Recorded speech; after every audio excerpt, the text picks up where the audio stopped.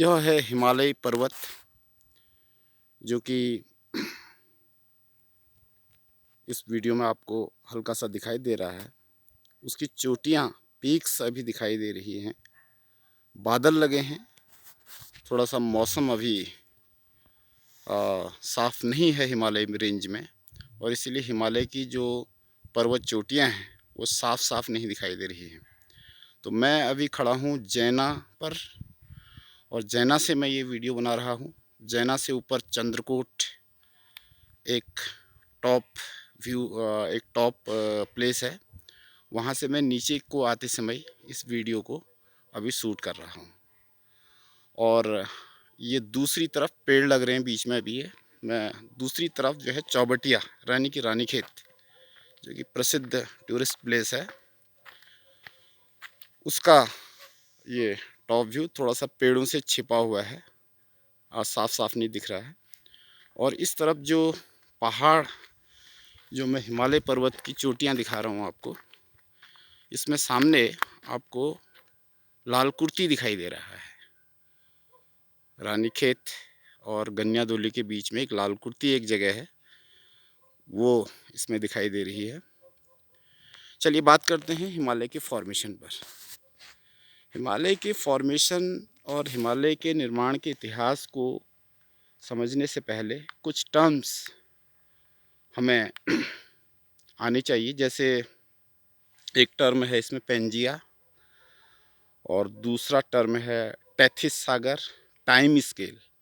जब हम time scale की बात करते हैं तो अर्थ की फॉर्मेशन की जो हिस्ट्री है उसका टाइम स्केल अरबों वर्षों में, करोड़ों वर्षों में या लाखों वर्षों में लिया जाता है, तो हम इसे टाइम स्केल कहते हैं। तो हिमालय का निर्माण कोई 100 साल में, 50 साल में तो हुआ नहीं हुआ होगा। इसको बनने में मिलियंस ऑफ ईयर लगे होंगे, करोड़ों साल लगे होंगे। तो मोटे तौर पर हम ये समझ सकते हैं कि हमारी जो पृथ्वी है उसकी जो एज है वो 4.5 अरब वर्ष या 5.5 अरब वर्ष रफली हमें वैज्ञानिक बताते हैं। और आज से लगभग 2.25 या 3.25 अरब वर्ष पहले हमारे जो महाद्वीप हैं विश्व के, Africa, Australia, north America, south America, Greenland, Ireland और यूरोप, ये जितने भी कॉन्टिनेंट्स, जो नक्शा हमें आज, जो ज्योग्राफी हमें वर्तमान में विश्व की दिखती है, ये ज्योग्राफी सदैव ऐसी नहीं रही है। ये सारे कॉन्टिनेंट्स पहले एक ही कॉन्टिनेंट के पार्ट थे, एक ही महाद्वीप के ये भाग हुआ करते थे। उसको हम कहते थे पेंजिया। इस पेंजिया में ऑस्ट्रेलिया भी था, अफ्रीका भी था, और हमारा जो भारत है वो भी था, और यूरोशिया था, यूरेशिया था, यूरोप और एशिया, नॉर्थ अमेरिका था। तो सारे, इसको हम सुपर कॉन्टिनेंट कहते थे। तो इस सुपर कॉन्टिनेंट के फिर बाद में स्प्लिटिंग हुई, इसके दो भाग हुए। तो एक भाग को कहा गया गोंडवाना लैंड, और दूसरा जो है अंगारा लैंड, या लावरेशिया भी हम उसे कह सकते हैं, एक ही बात है, लावरेशिया बोले या अंगारा लैंड। अंगारा लैंड में यूरेशिया और नॉर्थ अमेरिका, और गोंडवाना लैंड के जो महाद्वीप के जो भाग थे वो थे ऑस्ट्रेलिया, अफ्रीका और अपना भारत। तो करोड़ों सालों की ये प्रक्रिया रही होगी। और जब ये दो कॉन्टिनेंट बने, स्प्लिटिंग हुई इनमें रफली, तो इसके बीच में बना टेथिस सागर। टेथिस सागर से हम कहते हैं, जो कि बहुत सालों था, और इसमें सिल्ट बहुत थी, और इस तरह से करोड़ों सालों तक ये स्थिति रही होगी, जोग्राफिकल सिचुएशन ये रही होगी। उसके बाद फिर से स्प्लिटिंग हुई, तो हमारे भारत की जो प्लेट है वो ऑस्ट्रेलिया से अलग होकर के यूरेशिया की जो प्लेट है उसकी ओर बढ़ी, जो कि टेथिस सागर और यूरेशिया, यूरेशिया, उसके बाद टेथिस सागर, और गोंडवाना लैंड से अलग हुआ अपना पेनिनसुला इंडिया।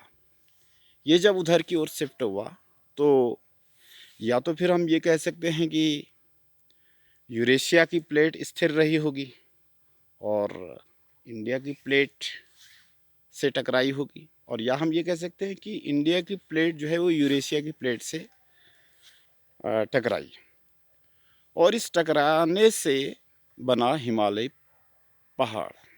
जो हिमालय की विभिन्न पर्वत श्रृंखलाएं हैं जिनको हम विभिन्न वर्गों में बांटते हैं, बृहत हिमालय, मध्य हिमालय, शिवालिक, तो ये जो है हिमालय की पर्वत श्रृंखलाएं बनी। और हिमालय की जो पर्वत श्रृंखलाएं हैं, जो हिमालय माउंटेन रेंज है, वो सबसे नई मानी जाती हैं विश्व की। बाकी पर्वत श्रृंखलाएं बहुत पुरानी हैं, लेकिन हिमालय की पर्वत श्रृंखलाएं नई हैं। अब यूरेशिया की प्लेट से जब हमारी भारत की प्लेट टकराई, तो हम ये कह सकते हैं कि एक प्लेट के नीचे दूसरी प्लेट धंस रही है। तो वैज्ञानिक अनुमान ये कहता है कि 5 सेंटीमीटर प्रति वर्ष, 5 सेंटीमीटर पर ईयर की रेट से हमारी जो इंडिया की प्लेट है वो अभी भी धंस रही है। इसीलिए ये हिमालयी क्षेत्र जो है काफ़ी संवेदनशील माना जाता है। तो और इसकी जो पर्वत श्रृंखलाओं, जो इसकी चोटियाँ हैं, उनकी हाइट बढ़ती जा रही है।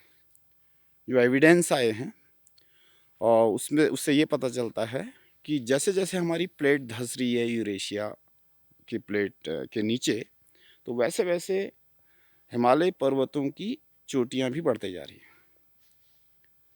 जोशीमठ में जो अभी जोग्राफिकल डिसास्टर आया है, वहाँ जगह जगह दरारें हैं, भवनों में दरारें हैं, और अभी वहाँ से खाली करवाया जा रहा है, लोगों को इवैक्यूएट कराया जा रहा है।